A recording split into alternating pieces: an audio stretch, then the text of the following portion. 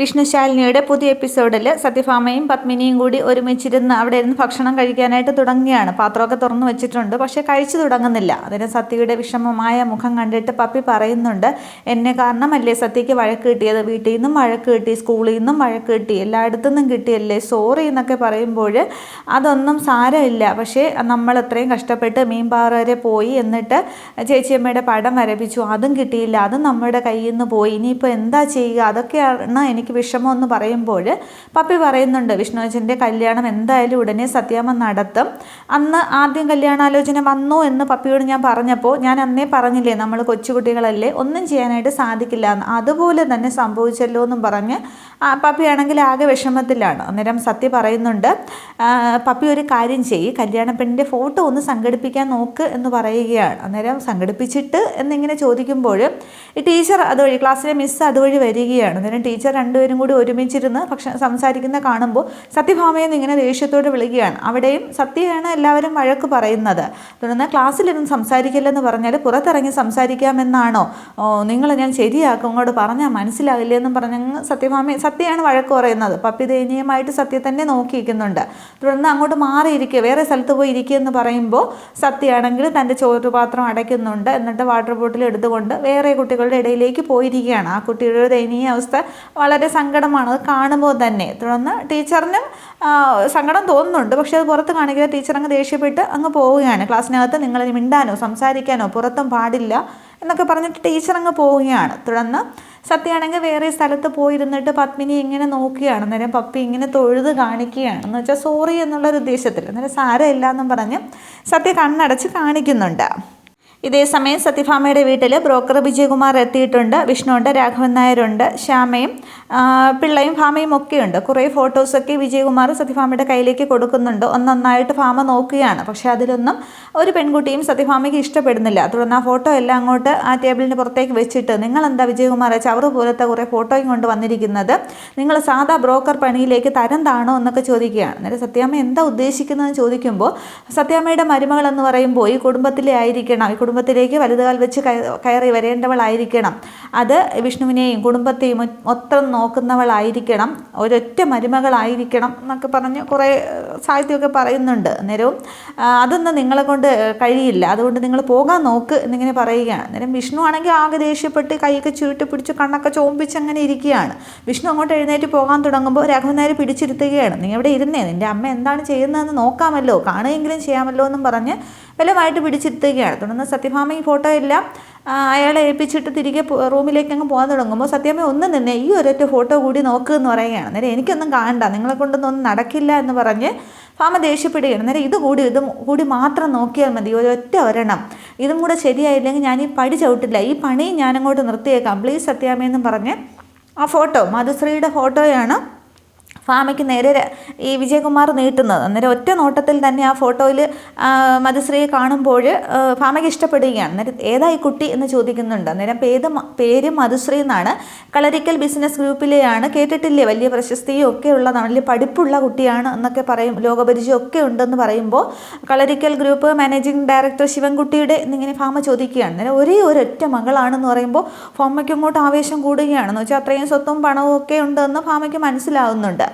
തുടർന്ന് പല രാജ്യങ്ങളിൽ പോയി പഠിച്ചിട്ടുണ്ട്, ലോകപരിചയം ഒരുപാടുണ്ട്, സിവിൽ സർവീസ് വരെ പാസ്സായതാണ് എന്നിങ്ങനെ പറയുമ്പോൾ വിഷ്ണുവിനെ ഇങ്ങനെ നോക്കുകയാണ്. വിഷ്ണു ഇങ്ങനെ ശ്രദ്ധിക്കുന്നുണ്ട്. അന്നേരം എന്നിങ്ങനെ ഭാമ ചോദിക്കുമ്പോൾ അതൊക്കെ പഠിച്ച് ജോലി ഒക്കെ കയറി കഴിഞ്ഞാൽ കുടുംബത്തെ നോക്കാനൊന്നും കഴിയില്ല, അതുകൊണ്ട് അതൊക്കെ അങ്ങ് പുല്ലുപോലെ വലിച്ചെറിഞ്ഞു, പക്ഷേ പഠിത്തം ഇപ്പോഴും ഉണ്ട് എന്നിങ്ങനെ പറയുമ്പോൾ അങ്ങനെയാണ് നല്ല പെൺകുട്ടികൾ എന്നിങ്ങനെ സത്യഭാമ പറയുകയാണ്. എന്നിട്ട് വിഷ്ണുവിനെ ഇങ്ങനെ നോക്കുകയാണ്. അന്നേരം വിഷ്ണുവിന് അങ്ങോട്ട് ദേഷ്യം വരികയാണ്. തുടർന്ന് രാഘവേട്ട ഈ ഫോട്ടോ ഒന്ന് നോക്കിക്കെന്ന് പറഞ്ഞിട്ട് ഭാമ രാഘവൻ നായർക്ക് നേരെ നീട്ടുമ്പോൾ എനിക്ക് കാണേണ്ട ഭാമയെന്ന് ഒറ്റ വാക്കിൽ രാഘവൻ നായർ ഉത്തരം പറയുകയാണ്. തുടർന്ന് വിഷ്ണു ഇത് നോക്കുമെന്ന് പറയുമ്പോൾ വിഷ്ണു നോക്കുന്നില്ല. വിഷ്ണു അങ്ങ് വേറെ അങ്ങോട്ടോ രാഘവൻ നായർ ഇരിക്കുന്ന സൈഡിലേക്ക് നോക്കിയിട്ട് കൈ ചുരുട്ടി പിടിച്ചിരിക്കുകയാണ്. അന്നേരം ഒന്നുകൂടി വിഷ്ണു നോക്കുമെന്ന് പറയുമ്പോൾ വിഷ്ണു ശ്രദ്ധിക്കുന്നില്ല. ഭാമ 2-3 തവണ പറയുന്നുണ്ട് വിഷ്ണു വിഷ്ണു എന്ന് വിളിക്കുന്നുണ്ട്, പക്ഷേ വിഷ്ണു ഒരു മൈൻഡ് പോലും ചെയ്യുന്നില്ല. അന്നേരം ഭാമയ്ക്ക് അങ്ങോട്ട് കയറി അഹങ്കാരം കൂടുകയാണ്. അന്നേരം ഇത് ഉറപ്പിച്ചോ വിജയകുമാറേ എന്ന് പറയുകയാണ്. അന്നേരം ഇങ്ങനെ ഒരു സാഹചര്യത്തിൽ എന്നിങ്ങനെ പറയുമ്പോൾ അതൊന്നും നിങ്ങൾ നോക്കണ്ട എന്ന് പറയുകയാണ്. അന്നേരം വിഷ്ണു അങ്ങോട്ട് ചാടി എഴുന്നേൽക്കുന്നുണ്ട്. അമ്മയ്ക്കിപ്പോൾ എന്താ വേണ്ടത്, എന്താ കുഴപ്പം എന്നിങ്ങനെ ചോദിക്കുമ്പോൾ ഈ ഒരു സാഹചര്യം ഇവിടെ ഉണ്ടാകാതിരിക്കാൻ വേണ്ടി നിനക്കൊരു സമയം ഞാൻ തന്നതാണ്, അമാവാസി വരെ, എന്നിട്ട് നീ എന്താണ് ചെയ്തത് എന്നിങ്ങനെ ചോദിക്കുന്നുണ്ട്. അന്നേരം വിഷ്ണു വീണ്ടും പറയാൻ തുടങ്ങും. അന്നേരം വേണ്ട മോനെ ഇവിടെ ഇരിക്കുമെന്ന് പറഞ്ഞ് ബലമായിട്ട് വിഷ്ണുവിനെ പിടിച്ചിരുത്തുകയാണ്. തുടർന്ന് ഉറപ്പിച്ചോ, പെൺവീട്ടുകാരോടും പെണ്ണിനോടും ഒക്കെ വരാൻ പറയ്, കാണാനായിട്ട് വരാൻ പറയ് എന്നിങ്ങനെ ഭാമ പറയുമ്പോൾ അത് സത്യാമ്മ ഇങ്ങനെ ഒരു സാഹചര്യത്തിൽ വിഷ്ണു കുഞ്ഞു ഫോട്ടോ പോലും ഒന്ന് കാണാതെ എന്നിങ്ങനെ വിജയകുമാർ പറയുമ്പോൾ കണ്ടെടുത്തോളം മതി. ആദ്യം അവനൊരു പെണ്ണിനെ താലി കെട്ടി വന്നു, അത് ഞാൻ കണ്ടില്ലല്ലോ, ഞാൻ അതാരാണെന്ന് പോലും ഞാൻ അറിഞ്ഞില്ല. താലി കെട്ടി മുമ്പിൽ കൊണ്ടുവന്ന് നിർത്തിയപ്പോഴാണ് ഞാൻ അറിഞ്ഞത്. എന്നിട്ടും ഈ ഭാമ നിലവിളക്ക് കൊടുത്ത് അവളെ ഈ വീട്ടിലേക്ക് സ്വീകരിച്ചു. എന്നിട്ടിപ്പോൾ എന്താണ് ഉണ്ടായത്, അവളെ ഇവനെ ഉപേക്ഷിച്ച് പോയില്ലേ എന്നും പറഞ്ഞു പറയുമ്പോൾ അന്യരുടെ മുമ്പിൽ എന്തിനാ വീട്ടുകാര്യങ്ങൾ വിളമ്പുന്നത് ഭാമയെന്നിങ്ങനെ രാഘവൻ ചോദിക്കുകയാണ്. അന്നേരം അന്യർക്ക് മാത്രമല്ല ഈ നാട്ടുകാർക്ക് മൊത്തം ഇതറിയാം എന്നും പറഞ്ഞ് ഭാമ ദേഷ്യപ്പെടുകയാണ്. ഈ വീട്ടിലെ സത്യഭാമ പറയുന്നതേ നടക്കുകയുള്ളൂ, ഭാമയുടെ തീരുമാനമാണ് നടക്കാൻ പോകുന്നത്, വിജയകുമാർ ഇത് ഉറപ്പിച്ചോളൂ, അവരോട് വരാൻ പറഞ്ഞോളൂ എന്ന് പറയുകയാണ്. തുടർന്ന് ബാക്കി ഫോട്ടോയും എല്ലാ ഫോട്ടോയും ഒക്കെ എടുത്ത് വിജയകുമാർ പോകുന്നുണ്ട്. അന്നേരം ഈ ഫോട്ടോ കൊടുക്കുമ്പോൾ വിജയകുമാർ മനസ്സിൽ ഓർക്കുന്നുണ്ട് സുസ്മിത ഈ ഫോട്ടോ കൊടുത്തിട്ട് പറയുന്നത് മധുശ്രീയെ പോലെ തറവേലയുള്ള ഒരു പെണ്ണ് തന്നെ വിഷ്ണുവിൻ്റെ പെണ്ണായിട്ട് സത്യഭാമയുടെ കുടുംബത്തിലേക്ക് ചെല്ലണം എന്നൊക്കെ പറഞ്ഞത് വിജയകുമാർ മനസ്സിൽ ഓർക്കുന്നുണ്ട്. അതിനുശേഷം വിജയകുമാർ അങ്ങ് പോവുകയാണ്. അന്നേരം രാഘവൻ നായർ വിഷ്ണുവിനോട് പറയുന്നുണ്ട്, ഇതിപ്പോൾ നീ ഒരാണല്ലേ, ബലമായിട്ട് പിടിച്ചു കെട്ടി കല്യാണമൊന്നും നടത്തിക്കാൻ സാധിക്കില്ലല്ലോ എന്നൊക്കെ പറയുമ്പോൾ ഭാമയ്ക്കങ്ങോട്ട് ദേഷ്യം കൂടുകയാണ്. അതിനുശേഷമാണ് കല്യാണം ഉറപ്പിക്കാനൊക്കെ പറയുന്നത്. ഈ സംഭവങ്ങളൊക്കെ നടക്കുമ്പോൾ രോഹിത്താണെങ്കിൽ പപ്പിയെയും കൊണ്ട് അകത്തേക്ക് വരുന്നുണ്ട്. അന്നേരം രോഹിത്തും പപ്പിയും ഒക്കെ ഇതൊക്കെ കേൾക്കുകയാണ്. ശ്യാമയും ഒക്കെ കേൾക്കുമ്പോൾ അവരെല്ലാവരും വിഷമിക്കുകയാണ്. തുടർന്ന് വിജയകുമാർ അങ്ങ് പോയ ശേഷം ഭാമ അങ്ങ് റൂമിലേക്ക് പോകുന്നുണ്ട്. വിഷ്ണു ആണെങ്കിൽ ആകെ വിഷമിച്ചിരിക്കുമ്പോൾ എടാ മോനെ എന്നൊക്കെ പറഞ്ഞ് രാഘവൻ നായകനെയും തോളിൽ തട്ടുന്നുണ്ട്. പക്ഷേ അതൊക്കെ അവഗണിച്ച് വിഷ്ണു ദേഷ്യത്തോടെ അങ്ങ് പുറത്തേക്ക് ഇറങ്ങി പോവുകയാണ്. അന്നേരം രോഹിത് ചോദിക്കുകയാണ്, അച്ഛാ എന്തൊക്കെയാണ് നടക്കുന്നത്, വിഷ്ണു ബ്രോയ്ക്ക് ഇഷ്ടമല്ലെങ്കിൽ പിന്നെ അത് വിവാഹം നടത്താതിരിക്കുന്നതല്ലേ നല്ലതെന്ന് ചോദിക്കുമ്പോൾ അവൾ എന്ത് വിചാരിച്ച് നടത്തും, ഒരാളുടെ ദുർബുദ്ധിയാണെങ്കിൽ ഒരു കുടുംബം തകർക്കുക എന്നൊക്കെ കേട്ടിട്ടില്ലേ, എന്തൊക്കെ വന്നിട്ടും അവൾ പഠിക്കില്ല, അതിനൊക്കെ ഓരോ ന്യായീകരണങ്ങൾ അവൾ കണ്ടെത്തും, വരുന്ന അമാവാസി വരെ വിഷ്ണുവിന് സമയം കൊടുത്തു എന്നായിരിക്കും ഇപ്പോഴത്തെ ന്യായം, ഏത് വിധേനയും അവളത് നടത്താൻ നോക്കും എന്നിങ്ങനെ പറയുകയാണ്. അന്നേരം പപ്പി ഇതെല്ലാം കേട്ടുകൊണ്ട് നിൽക്കുകയാണ്. അന്നേരം പപ്പി ആലോചിക്കുന്നുണ്ട്, വിഷ്ണു അച്ഛൻ കല്യാണം കഴിക്കാൻ പോകുന്ന പെണ്ണിൻ്റെ ഫോട്ടോ കിട്ടിയാൽ മുടക്കാമെന്നല്ലേ സത്യ പറഞ്ഞത്, അതെങ്ങനെയും ഒപ്പിക്കണമെന്നും പറഞ്ഞിട്ട് പപ്പി അകത്തേക്ക് പോകുന്നുണ്ട്. ഇതേസമയം പുറത്തേക്ക് ഇറങ്ങിപ്പോകുന്ന വിഷ്ണു ആണെങ്കിൽ ആകെ അങ്ങ് ദേഷ്യവും സങ്കടവും ഒക്കെയാണ്. വിഷ്ണു ആണെങ്കിൽ കൈയൊക്കെ ഇങ്ങനെ ചുരുട്ടി പിടിക്കുന്നുണ്ട്, കണ്ണൊക്കെ ഇങ്ങനെ ചുമപ്പിച്ച് ആരോടൊക്കെയോ ഒന്നുള്ള ദേഷ്യം പോലെ വിഷ്ണു അങ്ങ് മുറ്റത്ത് അങ്ങോട്ടും ഇങ്ങോട്ടും ഒക്കെ നടത്തുകയാണ്.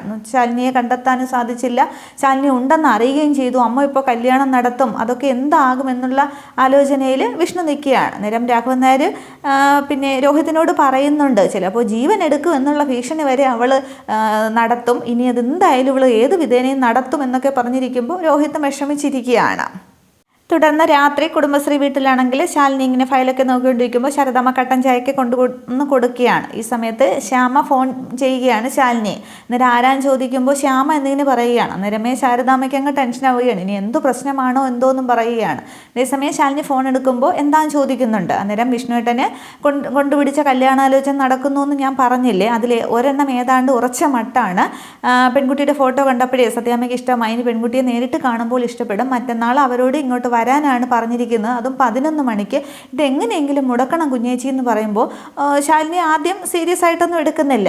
ശാരദാമ്മ ഇതൊക്കെ ശ്രദ്ധിച്ചുകൊണ്ടിരിക്കുകയാണ്. അന്നേരം എങ്ങനെ മുടക്കണമെന്നാണ് നീ പറയുന്നതെന്ന് ചോദിക്കുമ്പോൾ എങ്ങനെയും മുടക്കിയേ മതിയാകുള്ളൂ, ഇനി വേദന വിഷ്ണുവേട്ടൻ്റെ വേദന എനിക്ക് സഹിക്കാനായിട്ട് സാധിക്കുന്നില്ല, മറ്റാരുടെയും കാര്യം കുഞ്ഞേച്ചി നോക്കണ്ട, എൻ്റെയോ വേറെ ആരുടെയും നോക്കണ്ട, വിഷ്ണുവേട്ടനെ മാത്രം പരിഗണിച്ചാൽ മതി, അതോ ഇനി സ്വന്തം കുഞ്ഞിനെ പോലെ ഭർത്താവിനെ എന്നിങ്ങനെ പറയുകയാണ്. അന്നേരം ശ്യാമയെന്നും പറഞ്ഞ് ശാലിനി അങ്ങോട്ട് ദേഷ്യപ്പെടുകയാണ്. അന്നേരം സങ്കടം കൊണ്ടാണ് കുഞ്ഞേച്ചി, ഒരു നാവുപിഴ വന്നു പോയതാണ്, ക്ഷമിക്ക്, സത്യയെ കൂടി ആലോചിക്കണം, അവൾക്കൊരു അച്ഛൻ വേണ്ടേ, എന്നായാലും അത് വേണ്ടതാണല്ലോ കുഞ്ഞേച്ചി, ഈ വിഷ്ണുവേട്ടൻ്റെ സങ്കടം അതെനിക്ക് കാണാനായിട്ട് സാധിക്കില്ല എന്ന് പറഞ്ഞ് ഒരുപാട് കരഞ്ഞ് ശ്യാമ പറയുകയാണ്. അന്നേരം നീ ഫോൺ വെച്ചോ എന്നിങ്ങനെ പറയുമ്പോൾ അറിയാതെ നാവ് പിടിച്ചതാണ് കുഞ്ഞേച്ചി, സങ്കടം കൊണ്ടാണ്, എന്നോടൊന്ന് ക്ഷമിക്കണേ കുഞ്ഞേച്ചി എന്നൊക്കെ പറയുകയാണ്. അന്നേരം നിന്നോട് ഈ കാര്യം പറയരുതെന്ന് ഞാൻ പറഞ്ഞിട്ടുണ്ടല്ലോ, ഓർമ്മിപ്പിക്കരുതെന്ന്, അതായത് പപ്പിയുടെ കാര്യം, അന്നേരം അറിയാതെ പറഞ്ഞു പോയതാണ്, നാവുപിഴ വന്നതാണെന്നൊക്കെ ഒരുപാട് തവണ ശ്യാമ പറയുന്നുണ്ട്. അന്നേരം നീ ഫോൺ വെച്ചേന്ന് പറഞ്ഞിട്ട് ശാലിനി അങ്ങ് ദേഷ്യത്തോടെ ഫോൺ വെക്കുകയാണ്. അന്നേരം കുഞ്ഞേച്ചി എന്നും പറഞ്ഞ് ശ്യാമ വിളിച്ച് സംസാരിക്കാനൊക്കെ ശ്രമിക്കുന്നുണ്ട്.